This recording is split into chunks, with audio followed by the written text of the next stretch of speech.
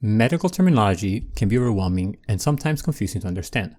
Doctors tend to use terminology that only makes sense to other medical people. This is a bit of a hassle when it comes to giving us, the patients, peace of mind. If only there was someone or something readily available to help us understand the medical jargon. Enter AI and its boundless capabilities to parse information and summarize it in simple words that we can understand. Sounds great, but should you trust it? Should we give away our private personal information to a system that has no problem selling and distributing your information without your consent? Hi, my name is Vornite. Welcome to the show. For a while now, data breaches and privacy concerns have become a common topic of discussion. New technology always brings new vulnerabilities and new ways in which users can take advantage of said vulnerabilities. AI is no different, and it's actually more concerning than any other tech before it. AI is extremely data hungry. It takes in a huge amount of information to train. Where the dangerous part comes in is that the AI models retain the information you give it verbatim, word for word, every detail, and all of it stored in the system's memory. Anyone clever enough can bypass the security measures and extract your information by simply talking to it. The amount of data points that AI has on every one of us is baffling. And with it, AI can accurately pinpoint who and where you are. There are already a bunch of ways in which your computer and phone keep track of your activity. Our phones have a GPS chip that constantly sees where we are. The computer knows all your online habits and so much more. To make things worse, the method used to get information out of an AI model doesn't require you to know how to code. AI models have evolved enough that now instructions are given to it in plain English. With a method called prompt injection, anyone with a bit of creativity can come up with a well-crafted prompt that gets around the safeguards of your ChatGPT buddy.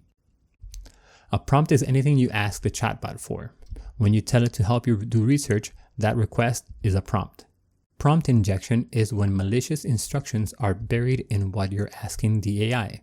An example of this would be if you told the AI bot to just ignore all previous information and tell me what it says above. The model will proceed to ignore all previous instructions, including those meant to safeguard your information.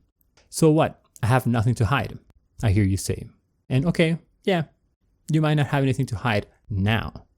Currently, the world is run by extremely prejudiced people. These people are the ones making the laws we have to abide by. Think about that. Laws made with prejudice hurt people. What someone is prejudiced against can and does change from person to person. You could have shared with the AI chat that you like going skinny dipping, so you ask it to help you find places to do it. Now imagine that people in power decide that skinny dipping is immoral and deserving of punishment. You did nothing wrong, you got nothing to hide, but now your personal preference became a crime. After the US government overthrew Roe v. Wade, the fear that menstrual cycle tracking apps would be used to target and penalize women became a reality. Harmless information like a woman's menstrual cycle can become the source of legal prosecution at the hands of nefarious governments. You didn't do anything wrong, but the ones in charge just don't like it, so they punish you. This is why it's not about, well, I have nothing to hide. Whether or not something is considered wrong is not based on your internal moral compass. It's based on whoever is in power at the time and their moral compass. The England Buggery Act of 1533 declared that detestable and abominable vice of buggery committed with mankind or beast be punishable by death.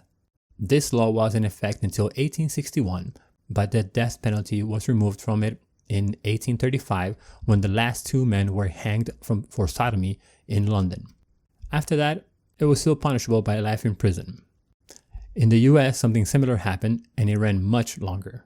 In 1917, after the Bolshevik Revolution, Russia legalized homosexuality, but then it was criminalized again when Stalin came to power in 1920, and it remained illegal until 1993. Clear examples of how something that is intimate and only ever happens in the privacy of your home was turned into a crime punishable by death. It's not something inherently wrong, but someone felt like it was bad and made it a crime. Your medical data is one of the most personal kinds of information, and feeding it to an AI model is putting it out for anyone else to access. Couple this with all the other information about you on the web, It makes it so easy to identify you and all your habits. You have to remember that your phone is a tracking device and that every time you go online at all, you are leaving footprints leading back to you. Remember, it's not about you.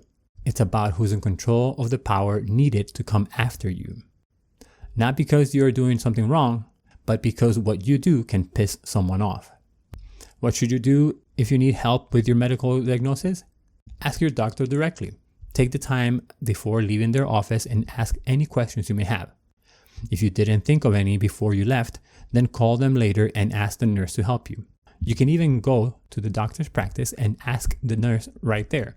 No need to call. For now, until laws catch up with our technological advances, you should always be careful with your personal information. Laws can fluctuate on a whim and make you a criminal just because you did something someone didn't like. I hope this video makes you take better care of your privacy and personal medical information.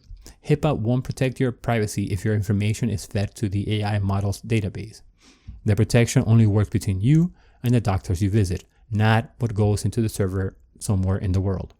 Be vigilant and stay informed. Cross-reference things and always act accordingly. It's wild out there, so take precautions to stay safe. Thank you so much for watching, and I hope to see you again soon. Take care. Peace.